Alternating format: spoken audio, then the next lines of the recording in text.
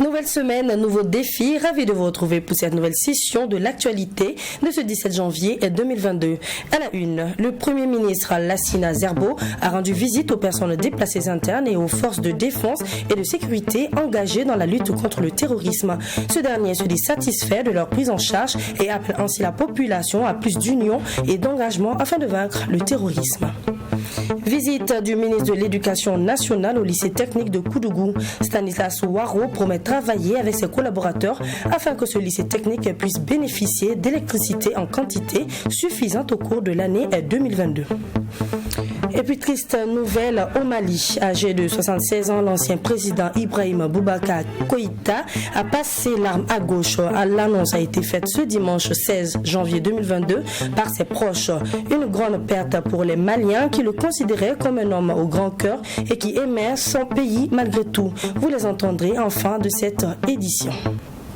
C'était les titres de ce 13h. Merci à toutes et à tous de nous suivre sur la télé interactive du Burkina. Je vous l'annonçais en titre, le Premier ministre Lassina Zerbo était en tournée ce 15 janvier dans la province du Sourou, sa province natale. Il a rendu visite aux personnes déplacées internes et aux forces de défense et de sécurité engagées dans la lutte contre le terrorisme. Il s'est félicité des conditions de prise en charge des déplacés et a appelé la population à plus d'union et d'engagement afin de vaincre le terrorisme. C'est un reportage d'Abdoulrahim Nyenye. Accompagné des ministres en charge des armées, de la sécurité et de l'action humanitaire, le Premier ministre s'est imprégné de la situation des déplacés internes dans la ville de Tougan. Après avoir échangé avec ces personnes déplacées internes, Lassina Zerbo se dit satisfait de leur prise en charge. Il a donc félicité le ministère en charge de l'action humanitaire pour les efforts consentis. Le chef du gouvernement a profité de l'occasion pour appeler les populations à plus de solidarité pour vaincre l'ennemi. C'est un message de solidarité et de cohésion entre eux. Et c'est ce que le chef de l'État a envoyé comme message pour dire soyons solidaires pour combattre et vaincre le terrorisme. Sans solidarité, nous n'allons pas réussir. Laissons nos divergences de côté un temps soit peu. Et moi, je suis content de retrouver Tougan et de savoir que les gens sont mobilisés pour qu'il y ait la paix, la sécurité dans cette région. On n'a pas beaucoup de temps. On va revenir. La délégation gouvernementale a également rendu visite aux forces de défense et de sécurité engagées contre l'insécurité dans cette zone. Le Premier ministre a réitéré l'engagement de son gouvernement à mettre les moyens à la disposition de ces hommes pour la réussite de leur mission de sécurisation du territoire. Le message il est d'abord venu du général Saint-Poré Aimé. C'est ce message de motivation, de volontarisme, de cohésion entre les différentes forces interarmées, puisque le ministre des Armées, pour qu'à l'unisson et en synergie, ils puissent avancer et avoir le courage de défendre la patrie, avoir le courage de défendre nos couleurs. Donc on a motivé les troupes, ils ont demandé plus de renforts. On va essayer de voir ce qu'on peut faire. Mais qu'ils sachent que le gouvernement ne ménage aucun effort pour s'assurer qu'ils ont les équipements et les ressources pour gagner. Le chef de l'État est meurtri d'entendre que les ressources n'arrivent pas. Il est le premier meurtri quand il entend ça.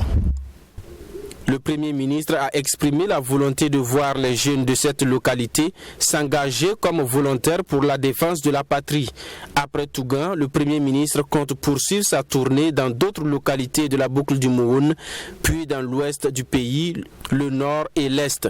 L'objectif est de galvaniser les troupes et appeler les populations à l'union, à la solidarité et à plus d'engagement dans la lutte contre le terrorisme.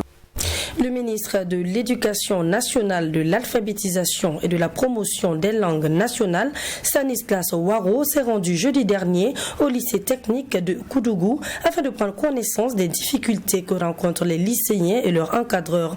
Occasion également pour lui de voir le matériel mécanique qui a été installé dans cet établissement. Notre reporter Fatima Tanikema, de retour de Koudougou, nous fait le point de cette visite dans ce reportage.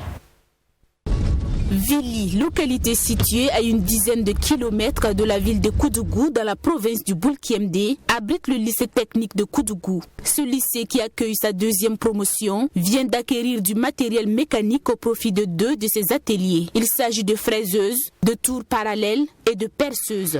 Des machines qui servent à la fabrication de pièces industrielles et mécaniques. Nous avons commencé par équiper l'atelier de construction mécanique. Parce que dès la première année en seconde technique industrielle, donc seconde TI, c'est une sorte de tronc commun. Tout le monde passe par ça et après ils poursuivent. Donc cet atelier a été, ces 2 ateliers ont été équipés justement en matériel donc de construction mécanique qui va permettre aussi aux élèves qui vont continuer dans la série F1 de poursuivre donc leur scolarité aussi. Et nous allons poursuivre l'équipement des autres ateliers de génie civil, et d'électronique, d'électrotechnique aussi.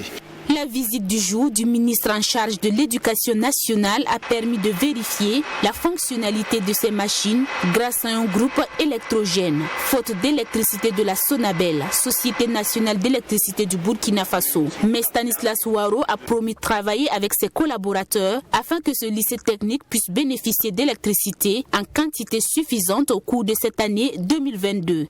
De plus en plus, lorsque nous voulons réaliser des infrastructures scolaires importantes, nous n'avons pas de terrain dans les villes.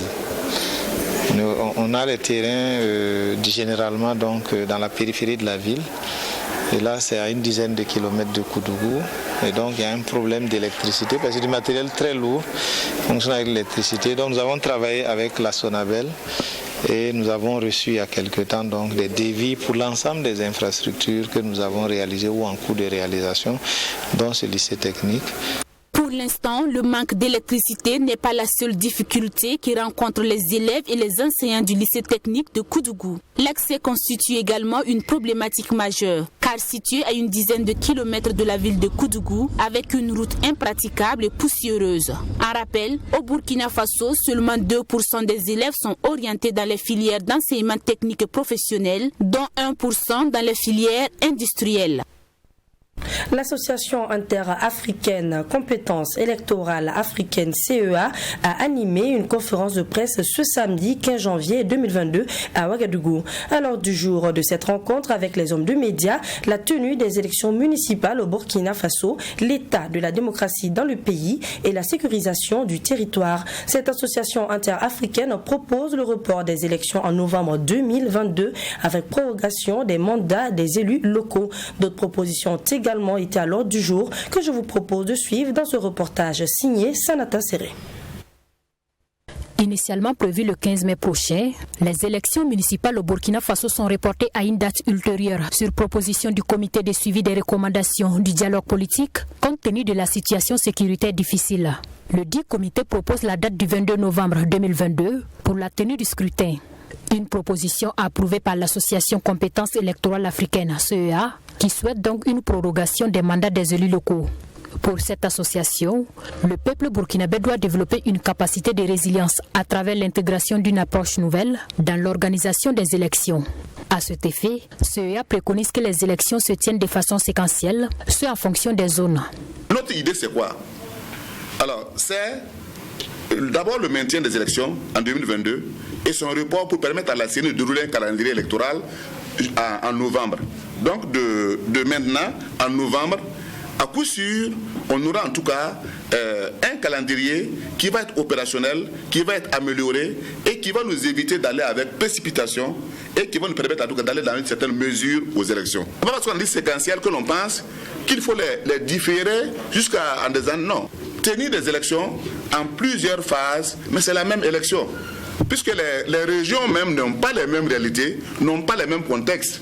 Mais c'est l'élection municipale, les élections locales. peuvent se dérouler en plusieurs dates et garder la même crédibilité que lorsque c'était organisé en une seule date.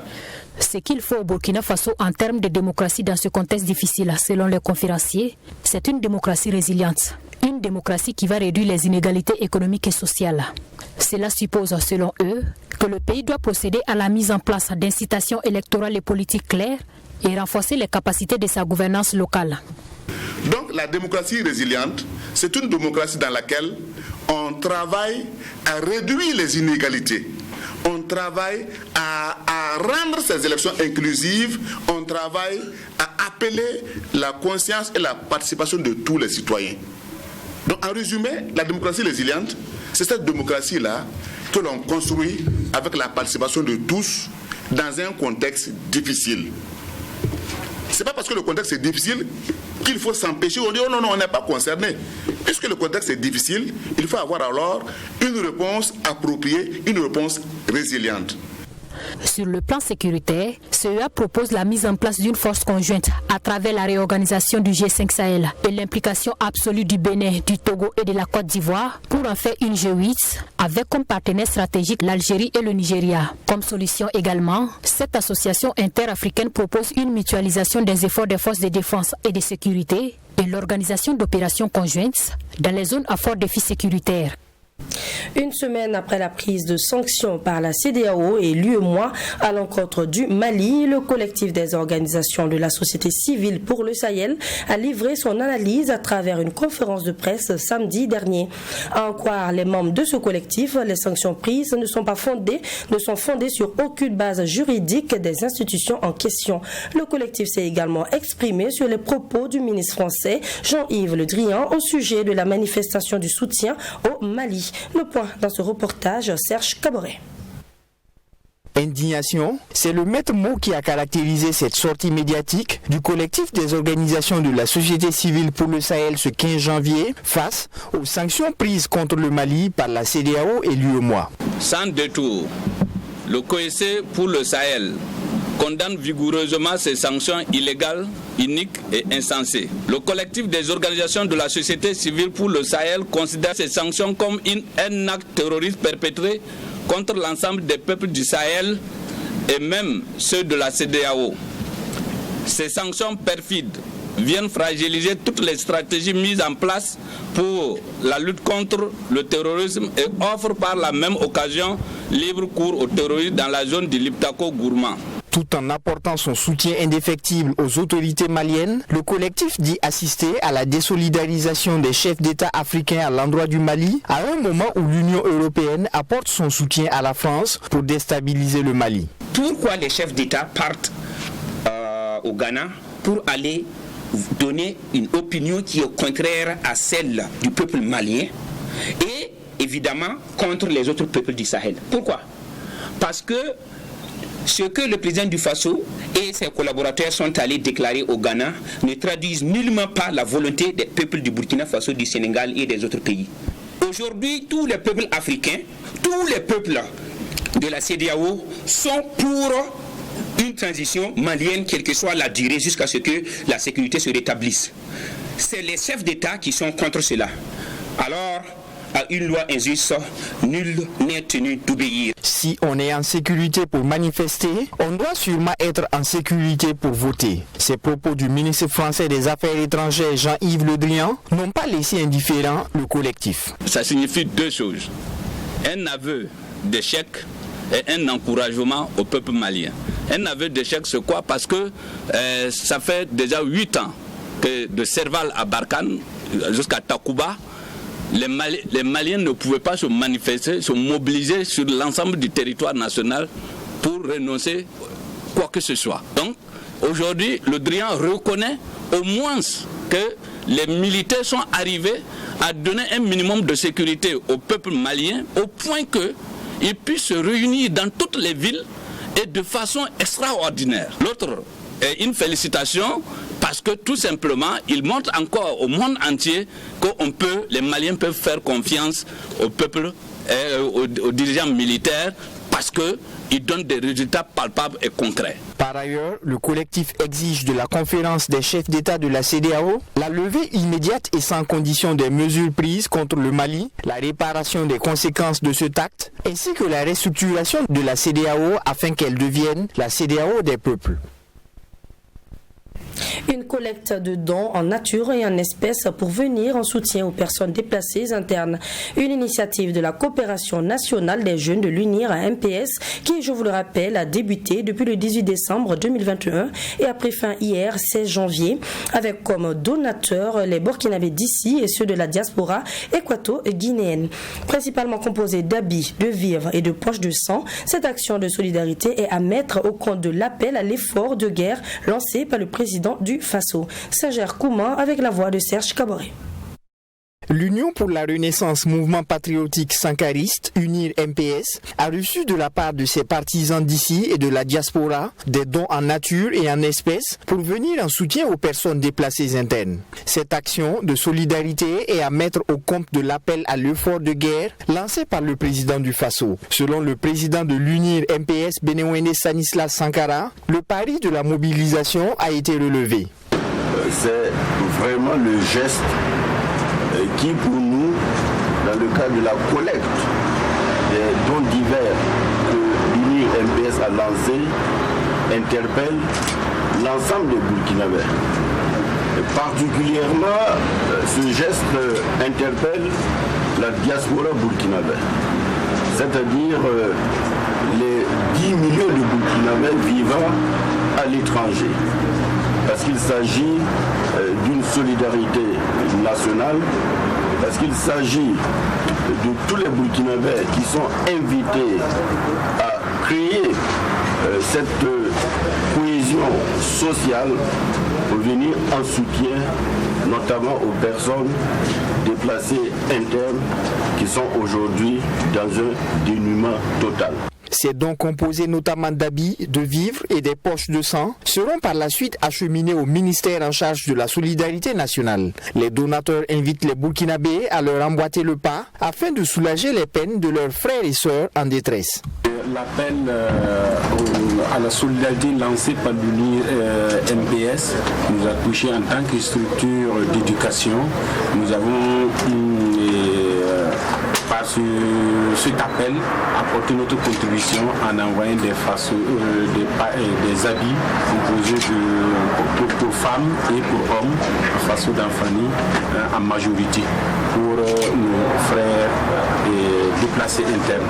Et nous invitons tous les autres Burkinabés, que ce soit des personnes morales ou physiques, à emboîter le pas et à appuyer des initiatives louables de ce genre. Rappelons que la collecte a été lancée par la coopération nationale des jeunes de l'UNIR MPS le 18 décembre 2021 et elle prendra fin le 16 janvier 2022. Cependant, même après la date limite, ceux qui le désirent pourraient toujours laisser parler leur cœur. Désormais, l'université Aube Nouvelle compte en son sein une nouvelle filière en ingénierie des télécommunications.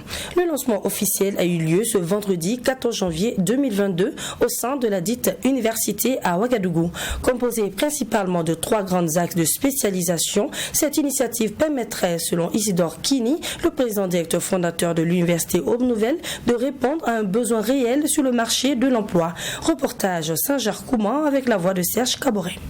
Je déclare officiellement lancé de publier la première formation en ingénierie de télécommunications de Burkina Faso et à l'université Aube Nouvelle. Je vous remercie. C'est désormais officiel. L'université Aube Nouvelle vient de mettre à la disposition des élèves et étudiants une nouvelle filière en ingénierie des télécommunications. Selon Isidore Kini, président directeur fondateur de l'université Aube Nouvelle, le Burkina Faso est en plein essor dans le domaine du numérique avec le déploiement de la fibre optique et il faut de la ressource humaine qualifiée pour relever le défi. La formation va consister à 2 niveaux.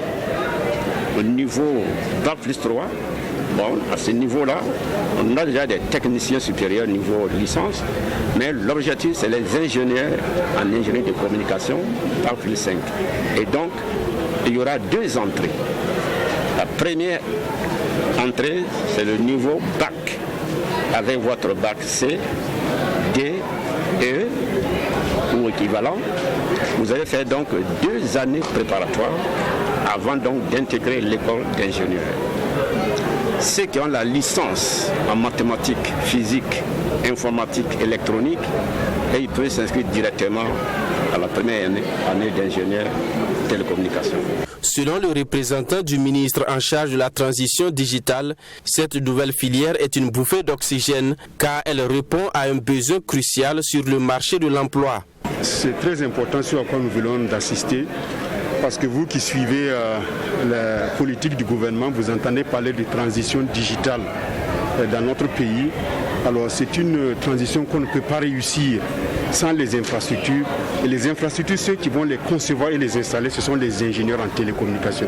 Donc c'est vous dire que c'est un élément fondamental, une contribution fondamentale que l'Université Aube Nouvelle est en train d'apporter au gouvernement pour réussir cette transition digitale au niveau de notre pays. Le gouvernement lui-même en a besoin. Pour ne pas parler du secteur privé, comme ça a été dit, les opérateurs et tous les acteurs de l'écosystème. Donc ça répond à un besoin. Notons que cette nouvelle filière comprend 3 grands axes de spécialisation, à savoir l'ingénierie des réseaux mobiles, l'ingénierie des systèmes de télécommunication et l'ingénierie des systèmes d'information, du multimédia et réseau. Match plus que décisif pour les étalons du Burkina Faso, CAN 2021. Deuxième du groupe A, dominé par les Lions indomptables du Cameroun, les étalons du Burkina Faso ont toutes leurs chances de se qualifier ce soir face à l'Éthiopie. Une victoire qui semble impérative selon Kamou Malo, qui était face à la presse hier. Si les étalons peuvent compter sur le retour de Bertrand Traoré, Tango Ouattara, Soumaïla Ouattara et Seydou Semporé, ils perdent quand même un élément important du groupe Hervé Kofi, testé positif au Covid-19. Reportage. Les étalons plus que jamais face à leur destin dans la CAN camerounaise. Avec 3 points avant la dernière journée, les hommes de Kamou Malo se doivent de l'emporter le lundi 17 janvier face aux Warriors d'Éthiopie à Bafoussam. À 24 heures de cette rencontre, le sélectionneur national et son vice-capitaine voient bien au-delà des 3 points nécessaires à la qualification. Deuxième du groupe A, dominé par les Lions indomptables, les étalons pourraient se qualifier avec un nul, mais la victoire semble ici impérative. Ah oui, naturellement, parce qu'il faut bien gagner pour exister. Alors donc, je pense que oui, c'est une finale pour nous. Stratégie, bien sûr, il y en a tous les matchs, chaque match a sa stratégie. Voilà. La stratégie, c'est la conférence de presse, je pense qu'elle n'est pas faite pour ça. Juste pour donner l'état de forme de l'équipe. Mais je ne viendrai pas ici vous décortiquer comment je le fais. Voilà, c'est un match très important pour nous, on le sait. On est préparé pour ça toute la semaine. On a eu à faire des entraînements. On va aborder ce match comme tous les autres matchs avec beaucoup de sérénité, beaucoup de concentration, surtout. Et voilà, le coach a mis son entraînement en place, tout le monde on a bien pratiqué. Je pense que toute l'équipe on est très concentré pour aborder ce match pour pouvoir se qualifier ici. Dans ce groupe où seule l'Éthiopie semble définitivement éliminée, le Burkina Faso a toutes ses chances en main. Une victoire et la deuxième place sera assurée. Un nul et il faudra sortir la calculette. Une situation que Kamou Malo souhaite éviter. De plus, il ne se soucie guère de l'adversaire qu'il pourrait rencontrer au tour suivant ou d'éliminer la liste des équipes favorites. Moi, j'aimerais me concentrer sur ma propre équipe parce que je suis là pour ça. Que les Camerounais soient favoris là, où moi je me mets alors.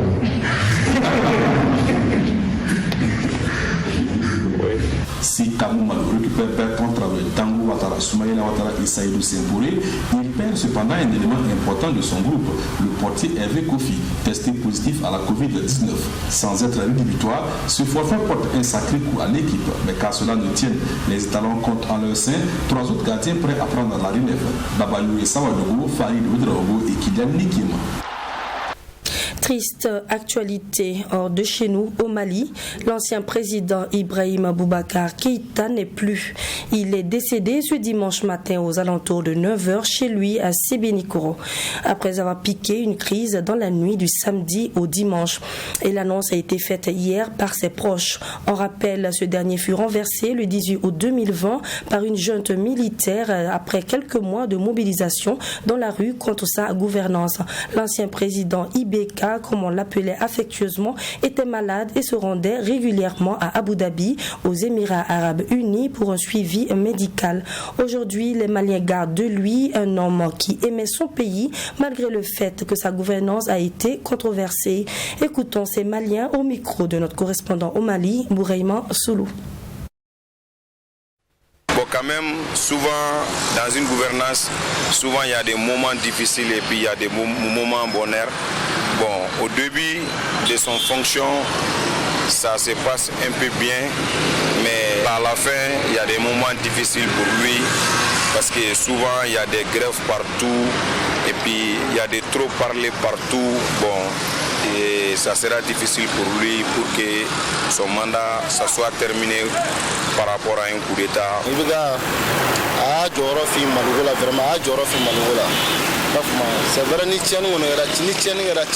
Nous retenons que Ibeka a rempli sa mission. C'est vrai qu'il y a eu des insuffisances dans sa gestion du pouvoir, mais il faut aussi avoir le courage de reconnaître ses mérites.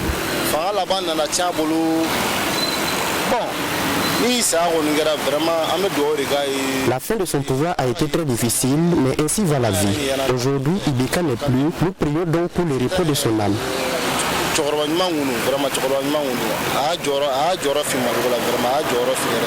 retiens d'Ibeka, du président Ibeka, un homme de conviction, un homme qui s'est beaucoup battu pour le pays et qui a rendu énormément de services pour le pays.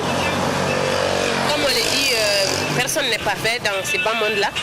Donc, dans sa gouvernance, on ne peut pas glorifier tout ce qu'il a eu à faire, mais il faudra quand même retenir que c'est une personne qui a beaucoup d'amour, qui avait beaucoup d'amour pour son pays.